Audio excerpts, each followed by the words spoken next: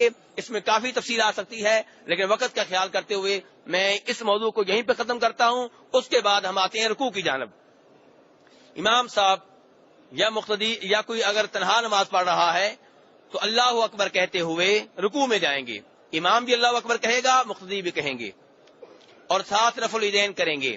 یعنی کہ اپنے دونوں ہاتھوں کو اٹھائیں گے آپ، یا اپنے کانوں کی لو کے برابر یا کندھوں کے برابر. اور یہ گزارش پہلے بھی کی تھی، بار بار کر رہا ہوں کہ ہاتھ اوپر اٹھاتے ہوئے قبلہ رخ کریں، کانوں کو ہاتھ نہ لگائیں، ان کا رخ کانوں کی طرف نہ کریں، چہرے کی طرف نہ کریں، قبلے کی طرف کریں. اب میرے بھائی آپ رکوع میں پہنچ گئے. رکوع میں نبی صلی اللہ علیہ وسلم کی سنت کیا تھی؟ صحابہ اکرام نے نقل کی ہے، خصوصاً ابو داؤد میں ابو حمید ساعدی کی وہ حدیث جس میں ابو حمید ساعدی نے نماز پڑھی تھی اور 10 صحابہ اکرام کو دکھائی تھی، اور انہوں نے تصدیق کی تھی کہ آپ کی نماز ویسے ہی ہے جیسے رسول اکرم صلی اللہ علیہ وسلم کی نماز تھی. اس میں یہ بیان کیا گیا ہے کہ نبی صلی اللہ علیہ وسلم جب رکوع میں جاتے تو ہاتھ ایسے رکھتے کہ گھٹنوں کو مضبوطی سے پکڑ لیتے. کئی لوگ جو ہے رکوع میں جاتے ہیں تو انہوں نے گھٹنے آگے کیے ہوتے ہیں، ہلکا سا ہاتھ رکھا ہوتا ہے. نہیں، ہاتھ آپ ایسے رکھیں کہ آپ نے اپنے گھٹنوں کو مضبوطی سے پکڑا ہوا ہے، اور آپ کے ہاتھوں کی انگلیاں جو ہیں کھلی ہوئی ہوں، بند نہ ہوں، کھلی ہوئی ہوں، اور آپ کے بازو جو ہیں وہ تنے ہوئے ہوں، ایسے جیسے کمان تنی ہوئی ہوتی ہے، ڈھیلے نہیں. کئی لوگوں نے ڈھیلے رکھے ہوتے ہیں، ایسے نہیں، ایسے سیدھے تنے ہوئے ہوں. مضبوطی سے آپ نے گھٹنوں کو پکڑا ہوا ہے، بازو آپ نے کمان کی طرح تان کر رکھے ہوئے ہیں. یہ آپ کے رکوع کی شکل ہونی چاہیے، اور پشت آپ کی سیدھی ہو، برابر ہو. فرمایا نبی صلی اللہ علیہ وسلم نے اس آدمی کی نماز نہیں ہوتی جو رکوع میں اپنی کمر کو سیدھا نہیں کرتا. تو کمر آپ کی سیدھی ہو، یہ نہیں کہ تھوڑا ہلکا سا رکوع کیا ہے، جلدی اٹھنے کی تیاری کر رہے ہیں.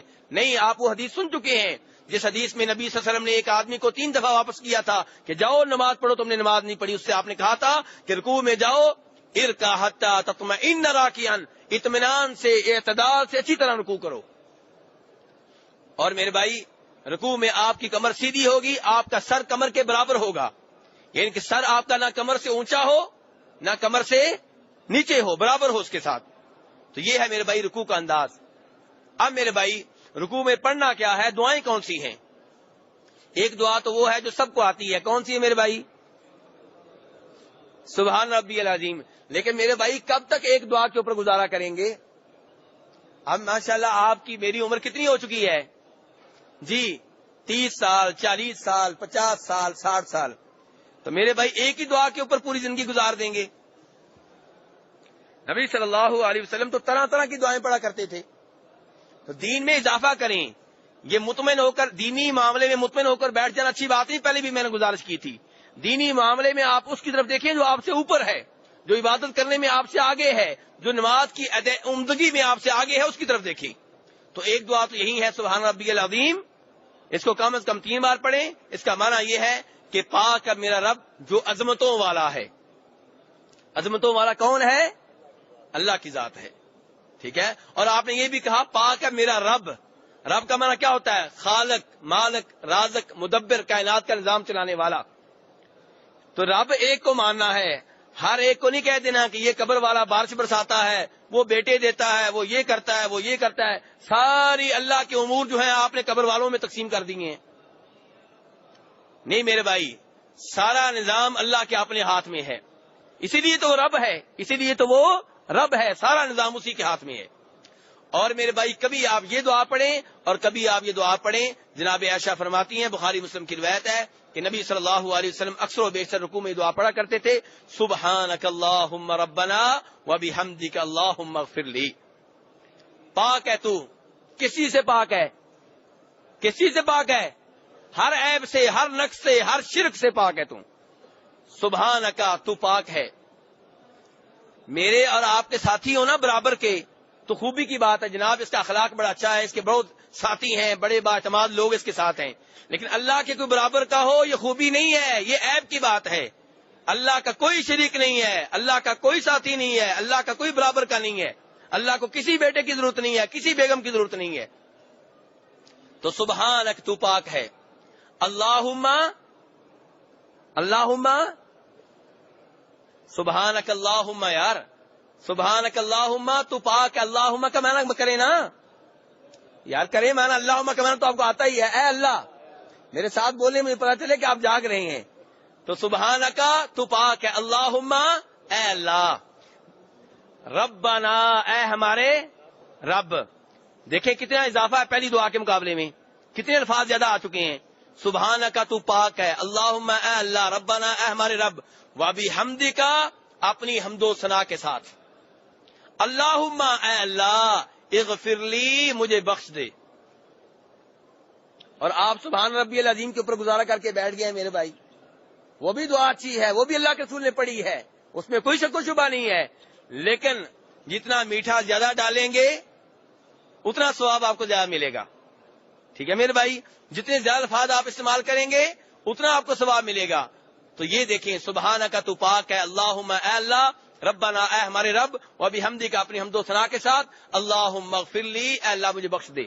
سبحان ربی العظیم آپ پڑھیں گے، اس میں اللہم نہیں ہے، اس میں یہ بھی نہیں ہے وبحمدکا اپنی حمد و ثنا کے ساتھ، اس میں دعا بھی نہیں ہے، اللہم اغفر لی یہ بھی نہیں ہے. اس لیے یہ دعا پڑھنا زیادہ بہتر ہے. اور اللہ کے رسول سے یہ بھی ثابت ہے کہ آپ یہ دعا بھی پڑھا کرتے تھے، سبوح قدوس رب الملائکۃ والروح. سبوح وہ بہت پاک ہے ہر قسم کے عیب سے، بہت ہی پاک ہے. قدوس بہت ہی مقدس ہے. رب الملائکۃ وہ جو فرشتوں کا رب ہے، فرشتوں جیسی عظیم مخلوق کا رب ہے. یہ لفظ ایسے نہیں بول دیا گیا کہ فرشتوں کا رب ہے، اس میں کوئی معنی ہے، کوئی مطلب ہے. اس کا مطلب یہ ہے کہ فرشتے بڑی مخلوق ہیں، جو ان فرشتوں کا خالق اور مالک اور رازق ہے وہ کتنا عظیم ہوگا. آپ نے وہ حدیث سنی ہے نا جس میں فرماتے ہیں نبی صلی اللہ علیہ وسلم کہ میں نے جبریل علیہ السلام کو ان کی اصلی شکل و صورت میں کتنی بار دیکھا ہے؟ 2 دفعہ دیکھا ہے. اور جب دیکھا تھا فرمایا ان کے 600 پر تھے اور ان کی جسامت اتنی عظیم تھی، اللہ اکبر، کہ ان کی جسامت کی وجہ سے آسمان زمین کے مابین جتنا خلا ہے یہ پر ہو چکا تھا. یہ اللہ کے ایک فرشتے کا حال ہے، یہ اللہ کے ایک فرشتے کا حال ہے. اور میرا رب ایسے کئی فرشتوں کا رب ہے. اور کتنے فرشتے ہیں میرے بھائی؟ کتنے فرشتے ہیں؟ اللہ اکبر، وما یعلم جنود ربک الا ہو. تیرے رب کے لشکر کتنے ہیں ان کو وہی جانتا ہے، کوئی اور جانتا بھی نہیں ہے.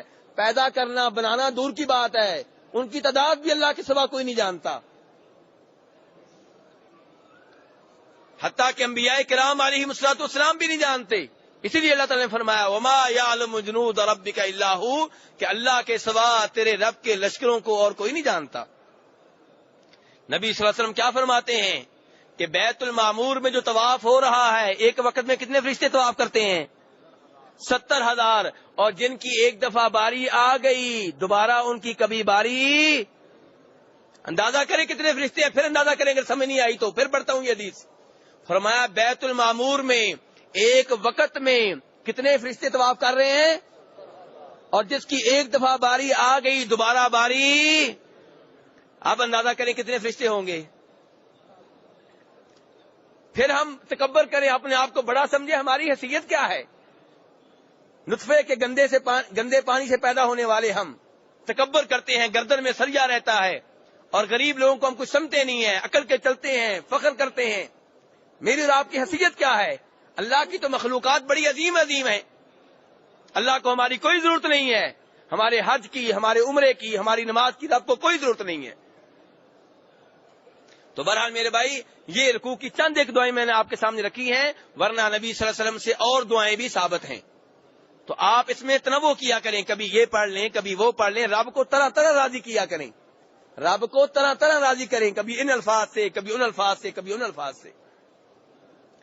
اس کے بعد میرے بھائی آپ رکوع سے اٹھیں گے، رفع الیدین کرتے ہوئے اللہ سمیع اللہ لمن حمیدہ کہتے ہوئے آپ اٹھیں گے. امام کہے گا سمیع اللہ لمن حمیدہ،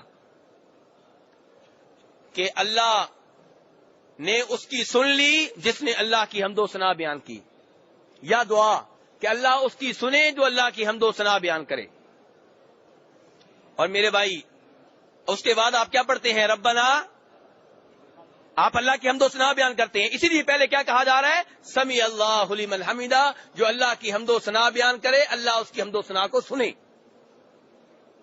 اور یہیں سے ایک امام نے کہا تھا جس امام سے پوچھا گیا تھا امیر معاویہ رضی اللہ عنہ کی شان کے بارے میں، تو انہوں نے کہا تھا اس صحابی کی شان کے بارے میں آپ کیا کہہ سکتے ہیں کہ جس نے اللہ کے رسول کی اقتداء میں نماز پڑھی، اللہ کے رسول نے کہا سمی اللہ لمن حمیدہ، کہ جو اللہ کی حمد و ثنا بیان کرے اللہ اس کی حمد و ثنا کو سنے، اور اس نے کہا ربنا ولک الحمد. یعنی یہی ایک چیز جناب امیر معاویہ کی شان کے لیے کافی ہے، ان کی شان جاننے کے لیے، سمجھنے کے لیے. اس کے علاوہ جو ان کی شان ہے اور طرح سے وہ الگ موضوع ہے. تو بہرحال میرے بھائی امام کہے گا سمی اللہ لمن حمیدہ، اور آپ نے فرمایا جب امام کہے سمی اللہ لمن حمیدہ تم کیا کہو؟ ربنا ولک الحمد. اب یہاں پہ سوال پیدا ہوتا ہے کہ مقتدی سمی اللہ لمن حمیدہ کہے گا یا نہیں کہے گا؟ لوگوں نے اس حدیث سے جو میں نے ابھی آپ کے سامنے بیان کی ہے یہ سمجھا ہے کہ مقتدی سمی اللہ لمن حمیدہ نہیں کہے گا. میں پھر حدیث پڑھتا ہوں. فرمایا کہ جب امام کہے سمی اللہ لمن حمیدہ تم کیا کہو؟ ربنا ولک الحمد. وہ کہتے ہیں کہ اللہ کے رسول نے ڈیوٹی تقسیم کر دی ہے، امام کہے گا سمی اللہ لمن حمیدہ اور مقتدی کیا کہے گا؟ ربنا. میرا سوال یہ ہے کہ اگر یہ بات مان لیں اس حدیث کی وجہ سے کہ مقتدی سمی اللہ لمن حمیدہ نہیں کہے گا، تو مجھے بتائیں امام ربنا ولک الحمد کہے گا کہ نہیں کہے گا؟ جی اللہ کے رسول نے تو کہا ہے کہ جب امام سمی اللہ لمن حمیدہ کہے تم کہو ربنا ولک الحمد. میرے بھائی مسئلہ یہ ہے کہ اللہ کے رسول بتانا چاہتے ہیں کہ سمی اللہ لمن حمیدہ کے بعد آپ نے دعا کون سی کرنی ہے؟ وہ دعا کون سی ہے؟ ربنا ولک الحمد. اس کا یہ مطلب نہیں ہے کہ مقتدی سمی اللہ لمن حمیدہ نہیں کہے گا. اس لیے اگرچہ اس مسئلے میں اختلاف ہے، پہلے بتا دوں دونوں رائے جو ہیں وہ موجود ہیں، لیکن میں وہ بتا رہا ہوں جو مجھے سمجھ میں آئی ہے کہ مقتدی کو بھی سمی اللہ لمن حمیدہ کہنا چاہیے. بالکل ایسے ہی جیسے اللہ کے رسول فرماتے ہیں کہ جب امام کہے غیر المغضوب علیہم ولا الضالین تو تم کیا کہو؟ آمین. اس کا مطلب یہ نہیں ہے کہ مقتدی غیر المغضوب علیہم ولا الضالین نہیں کہے گا. ٹھیک ہے میرے بھائی، تو یہ بات ہے میرے بھائی سمی اللہ لمن حمیدہ کہنا چاہیے مقتدی کو بھی امام کو بھی. اس کے بعد جب آپ کھڑے ہو گئے ہیں، اب کھڑے ہو کے اس کو قوما کہتے ہیں. رکوع کے بعد کھڑے ہونے کو کیا کہتے ہیں؟ ہمارے لوگ اردو والے کیا کہتے ہیں؟ قوما. قوما میں کتنی دیر کھڑے ہونا ہے؟ 1 سیکنڈ کہ 2 سیکنڈ؟ جی دعا پوری ہونے تک. لیکن ہمارے دوست احباب، میرے بہن بھائی تو جناب ایسے کرتے ہیں کہ جیسے ان کو یہ کہا گیا ہو کہ رکوع کے بعد کھڑے ہونے کی اجازت نہیں ہے، تو اوپر ہو کے فوری طور پہ سجدے میں جاتے ہیں، اور اس معاملے میں مقابلہ لگا ہوتا ہے کہ کون پہلے سجدے میں جائے گا رکوع کے بعد. میرے بھائی یہ اچھا انداز نہیں ہے. آپ ناراض ہو رہے ہوں گے، ناراض نہ ہو، میں حدیثیں آپ کے سامنے اللہ کے رسول کی رکھتا ہوں، انصاف آپ کیجیے گا. پہلی حدیث جناب براء ابن عازب کہتے ہیں، اور حوالہ بخاری شریف کا، براء ابن عازب رضی اللہ عنہ کہتے ہیں کہ نبی صلی اللہ علیہ وسلم کا سجدہ، آپ کا رکوع، 2 سجدوں کے درمیان بیٹھنا اور رکوع کے بعد کھڑا ہونا، یہ چاروں آپ کے جو عمل تھے تقریباً برابر تھے. ہاں جی میرے بھائی، آپ نماز ٹھیک کریں گے اپنی کہ نہیں کریں گے؟ براء بن عازب کی حدیث پھر سن لیں. کہتے ہیں کہ نبی صلی اللہ علیہ وسلم کی نماز کو میں نے دیکھا اور میرا اندازہ یہ ہے کہ آپ کا رکوع، آپ کا سجدہ، 2 سجدوں کے مابین بیٹھنا، رکوع کے بعد کھڑے ہونا، یہ چاروں آپ کے جو عمل تھے برابر تھے. یہ ایک حدیث. دوسری حدیث مسلم شریف کی، بیان کرنے والے انس بن مالک رضی اللہ عنہ کہتے ہیں کہ نبی صلی اللہ علیہ وسلم رکوع کے بعد کھڑے ہوتے تو اتنی دیر کھڑے رہتے کہ ہم سمجھتے کہ شاید آپ بھول گئے ہیں کہ میں نماز میں ہوں. مولانا انصاف کریں، انس بن مالک کیا کہہ رہے ہیں رضی اللہ عنہ؟ کہہ رہے ہیں کہ نبی صلی اللہ علیہ وسلم رکوع کے بعد کھڑے ہوتے، اتنی دیر کھڑے رہتے کہ ہم سمجھتے کہ شاید آپ بھول گئے ہیں. میرے بھائی اب ان 2 حدیثوں کی روشنی میں اپنی نماز کو پرکھیں، اپنی نماز کو چیک کریں اور پھر سوچیں کہیں آپ ان میں سے نہ ہوں جن کو نبی صلی اللہ علیہ وسلم کہیں کہ واپس چلے جاؤ، نماز پڑھو، تم نے نماز نہیں پڑھی.